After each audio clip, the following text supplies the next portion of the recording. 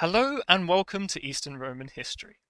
Today I am joined by Dr. Byron Waldron of the University of Sydney, and we shall be going through the emperors of the 3rd century crisis. Hello, Byron. Hello, thanks for having me. Would you like to tell us a little bit about yourself and area of study? I study, the 3rd century and the Tetrarchic period. I look at political culture and dynastic politics, military rebellion, things like that. Not sure what else to say. I have a book coming out later this year on dynastic politics in the age of Diocletian. And some of my videos, I've collaborated with History Marche on Aurelian and the Battle of Satala as well. And now you're here. Yes. Right. So, the crisis of the 3rd century, I find it a very fascinating part of Roman history. When it begins with the reign of Alexander Severus, who's almost the prelude, like the calm before the storm, so to speak, for the period, the entire empire changes in character, in how it operates, and in many other areas.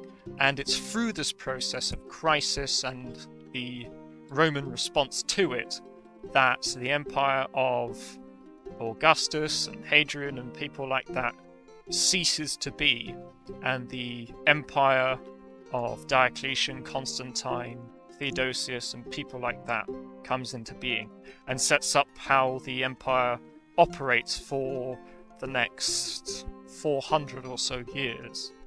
Until Justinian and Heraclius and emperors such as them.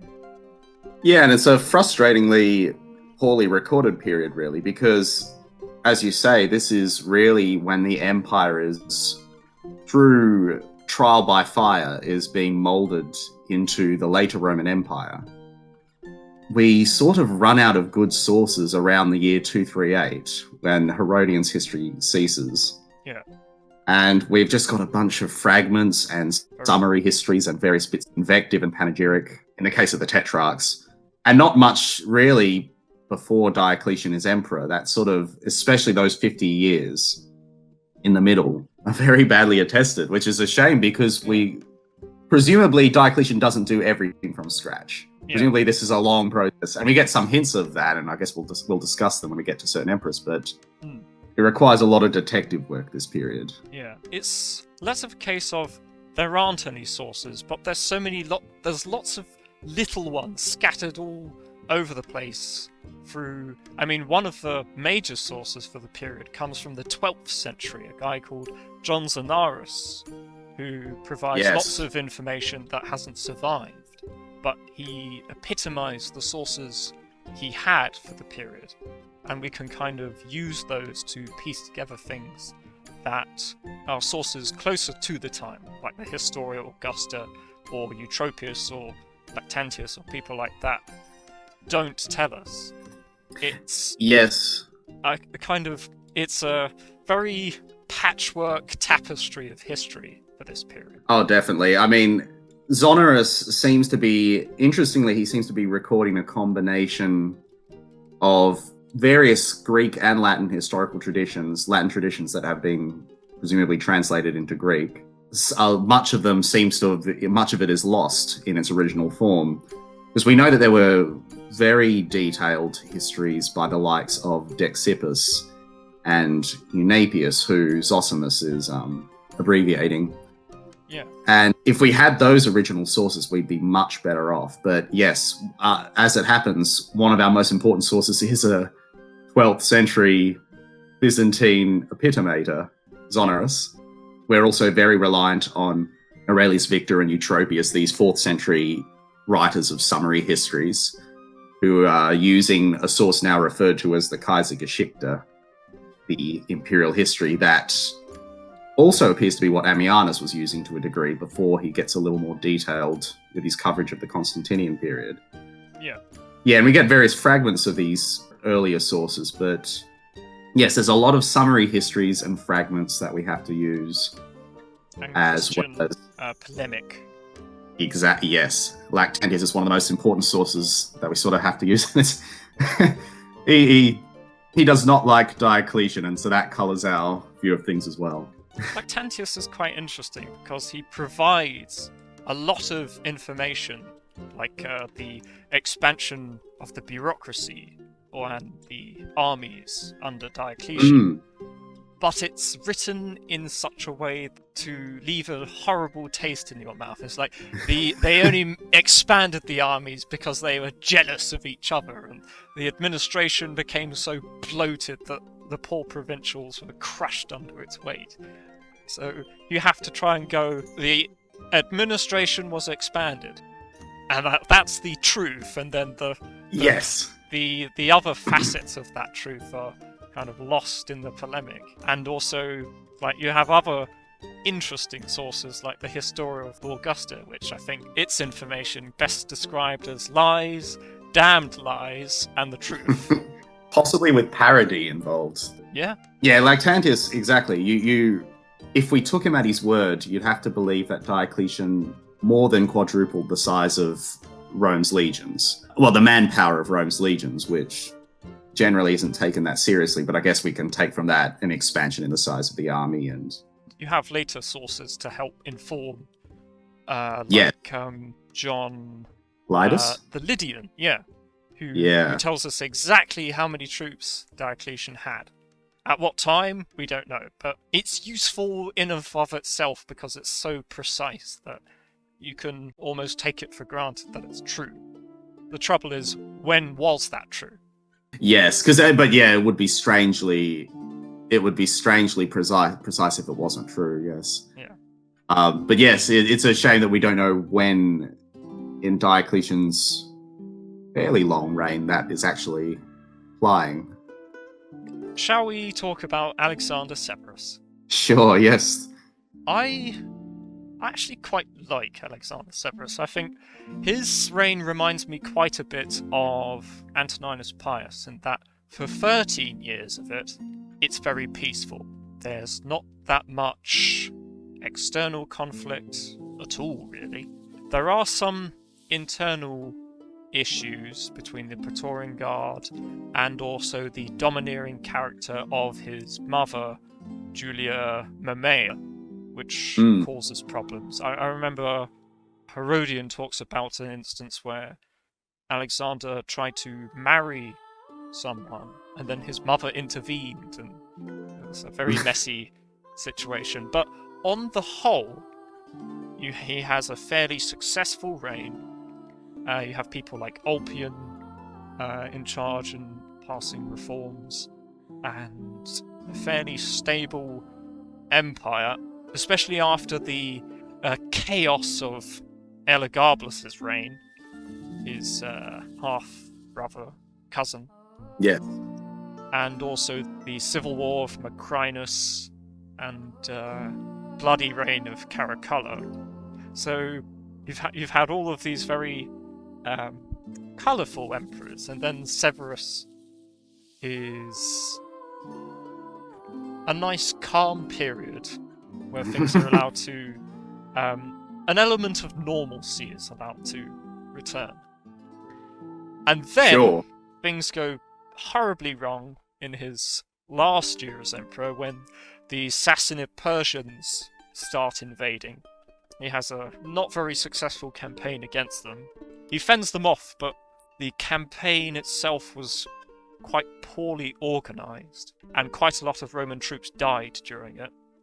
He had pulled legions from the western front along the Rhine and Danube, and by doing so, they had been attacked by Germanic tribes, and when he returned to deal with the tribes, he bought them off, which infuriated his soldiers, and they eventually murder him. Yes. He was a bit unlucky, I think, yes. How do you think you would rate him? His final year definitely is just such a disaster. It is perhaps also he hasn't managed to escape the control of his mum. Perhaps at first is a useful thing because he's a young teenager when he becomes emperor. Yes. As he's growing up, you need the informed hand of Julia Mesa and Julia Mamaea, his grandmother and mother, to take care of things. And also you have people like Culpian, who are Praetorian prefect. But when he became a man, he never got rid of Mamaea, who her usefulness had come, in a sense, now that wars were starting to spring up and he needed to be on campaign. You needed a man in charge, and a mama's boy, so to speak, was not really what was needed, and he suffered for it. But the 13 years that he was in charge as emperor were very good, on the whole. So I think I'm inclined to put him in the decent category. Okay. Yeah, I think I'm leaning mediocre. Okay. Certainly he looks... I think one of the reasons why I think I'm feeling a bit cautious about him is he looks good next to what came before and what came after. I think that's the other thing, that because you have all of these not very pleasant people before, and also all of the chaos that happens after his death, he does stand out a little bit as a kind of beacon of stability between the Severan and 3rd century crisis. So. He's clearly providing more stability than Elagabalus or Caracalla or Maximinus could provide. The problem for me, I think, is, and yes, he does have a longish reign, which I think speaks well of him. I mean, that is not always a good sign of people like him. I mean, yes, and Commodus had a fairly long reign as well. I find some of the issues hard to get away from, because I think to a degree he is exaggerated in the literary traditions as this, the Historia Augusta, for example, treats him as being this very good emperor, but he looks good, I think, again, because of where he is placed in this timeline of emperors. And I think he is a better emperor than Elagabalus, certainly. But it's not clear what really he did beyond providing stability. Because, yes, he's got this mother, Julia Mamaea, who's very controlling, and quite crucially for his downfall, Herodian, our contemporary source, makes clear that Alexander is a thrifty emperor, that he doesn't pay people, he doesn't give enough rewards, enough donatives. And Herodian blames that on Julia Mamaea, that if Julia Mamaea wasn't there, Alexander might be a more generous emperor. And as you say, it therefore seems that Alexander, to his detriment, never really succeeds in getting out from under his mother. I think Herodian also links that to what happens in the Persian War. I mean, I think to a degree, the Romans clearly weren't expecting the Sasanians to so quickly go on the offensive against them, because they'd only just taken power from the Parthians. And be the threat that they were, in the same sense that the Parthians had really declined into almost ineptitude, and the Sassanids could genuinely take territory from the Romans and keep it, kind of threat. Yes, I mean, the Parthians had become a punching bag for the Romans, really. Severus and Caracalla Severus was a good emperor, but they could also make themselves look better by starting wars with the Parthians, because the Parthians didn't really have it together by that point in time. And you can kind of see that in the fact that Ardashir, the founder of the Sasanian Empire, since I think 206 or something, had been slowly building up his own autonomy within the empire, in a way that the Parthians seem to have been underestimating. But eventually, the sort of a power within a power. Yeah, he managed to do Cyrus the Great.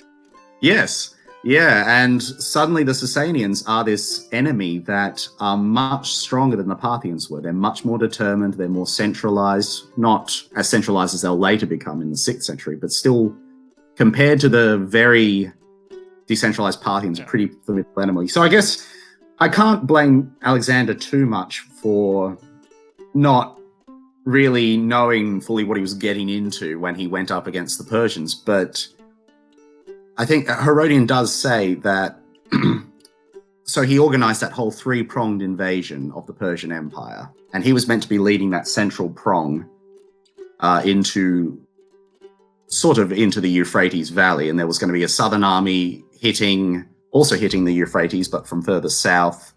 And then there was another army coming up through Armenia and was ravaging Media Atropatene. Yeah. the three prongs did not coordinate well. The southern prong got wiped out. It just got ambushed and Destroyed. annihilated. Yeah. Yes. The northern wing apparently did fairly well. Was an intimidating force that sort of ravaged its way through Persian territory, but then when they weren't getting the support they needed, they had to return and had to cross back during the winter and suffered from the cold and disease. And so they lost a lot of men anyway because they weren't well supported. And the crucial factor here seems to be that the central prong under Alexander hung around in Antioch for much too long. And Herodian blames that again on Julia Mamaea. Well, in Herodian's view, being overprotective of her son and not wanting him to invade Persian territory. So if we take that seriously, and there is a degree to which empresses can be unfairly, have too much blamed on them personally, but if we take that seriously, I mean, whether we blame it on her or on him, he badly mishandled that war, it seems. I guess to his credit, he did pay off the Germans and therefore end the war in a cost-efficient way after a disastrous Persian war, but that just upset the soldiers who wanted they wanted revenge, because a lot of these soldiers were from Gaul and Pannonia, and they'd left their homes behind, which had been ravaged by Alemanni. And so I guess I have a hard time finding enough good in him beyond the fact that he was better than his successor and predecessor. And I'm not how much to credit him when he comes to power as a teenager.